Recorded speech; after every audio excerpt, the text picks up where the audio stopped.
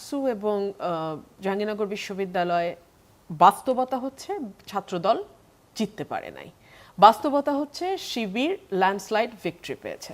বিভিন্ন মানুষের সাথে আলাপ করে ডাকসু এবং জাকসুতে ছাত্রদলের শোচনীয় পরাজয়ের একটা সিম্পল কারণ খুঁজে পেলাম। কারণটি খুব সহজ।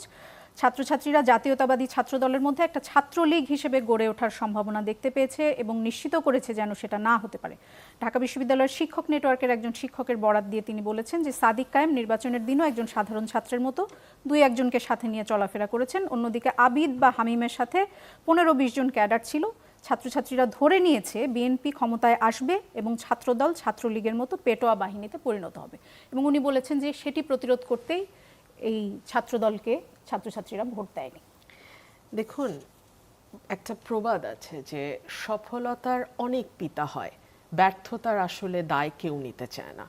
সো ডেফিনেটলি ডাকসু এবং জাহাঙ্গীরনগর বিশ্ববিদ্যালয়ে বাস্তবতা হচ্ছে ছাত্রদল জিততে পারে নাই, বাস্তবতা হচ্ছে শিবির ল্যান্ডস্লাইড ভিক্টরি পেয়েছে। নানান তরফ থেকে নানান রকম কারণ আসছে এবং আমরা ইতিমধ্যেই দেখেছি জাহাঙ্গীরনগরে একজন শিক্ষক মারা গেছেন এই ফলাফল গণনা করার চাপে পড়ে।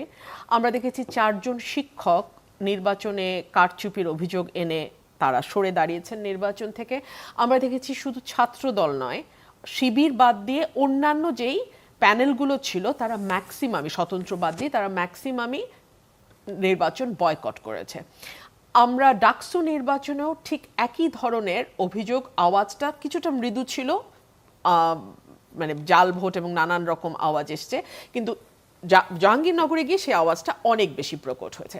আমি যদি এটাকে একপাশে সরিয়েও রাখি, বাস্তবতা হচ্ছে 15 বছর আওয়ামী লীগের শাসনামলে ছাত্রদল বিশ্ববিদ্যালয়ে ঢুকতে পারে নাই, কোনো হলে থাকতে পারে নাই, তাদের পরিচয় লুকিয়ে তারা পলিটিক্স করে নাই, তাদের কারা কারা ছাত্রদল করে এটা সবাই জানতো এবং তাদের বিরুদ্ধে মামলা হামলা গুম নানান রকম নিবর্তনমূলক আচরণ ছিল।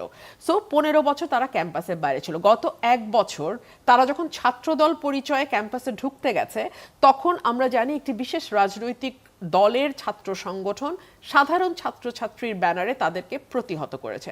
সো সেই সময়টাতেও কিন্তু গত 1 বছরও কিন্তু ছাত্রদল ক্যাম্পাসে যেতে পারে নাই। 3 হচ্ছে ছাত্র শিবির একটা অত্যন্ত সুসংগঠিত ক্যাডার বেসড সংগঠন, যারা 15 বছর নানান ছদ্ম পরিচয় দিয়ে পলিটিক্সটা জারি রেখেছে এবং তারা ডোর টু ডোর ক্যাম্পেইন করেছে, মানে প্রতিটা স্টুডেন্টের কাছে কাছে গিয়ে তারা তাদের বার্তা পৌঁছে দিয়েছে। এই জায়গায় ছাত্রদলের সম্ভবত একটা ঘাটতি ছিল।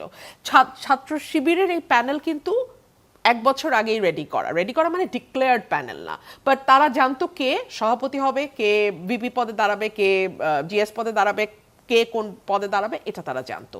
এবং আপনি দেখুন, আমি এটা জাতীয় রাজনীতির সাথে একটা মিল আপনাকে দেখাই। তারা মুখে পিআরের কথা বলছে, তারা মুখে হুমকি দিচ্ছে জুলাই সনদ বাস্তবায়িত না হলে কোনো নির্বাচন হবে না, তারা মুখে বলছে যে অন্যান্য 14 দল সহ যদি জাতীয় পার্টি নিষিদ্ধ না হয়, লেভেল প্লেইং ফিল্ড না হয়, তারা নির্বাচনে যাবে না। এগুলো তারা বলছে ঠিকই, কিন্তু একমাত্র জামাত হচ্ছে সেই রাজনৈতিক দল যাদের 300 আসনের ম্যাক্সিমামটাতেই ক্যান্ডিডেট রেডি করা। অন দি আদার হ্যান্ড বিএনপির কিন্তু এটা এখনো বিএনপির নেতাকর্মীরা জানে না যে কোন কনস্টিটিউয়েন্সি থেকে কে নির্বাচনটা করতে যাচ্ছে। জাতীয় নির্বাচনেও কি একই অবস্থা? সেটা আমি পরে আসবো।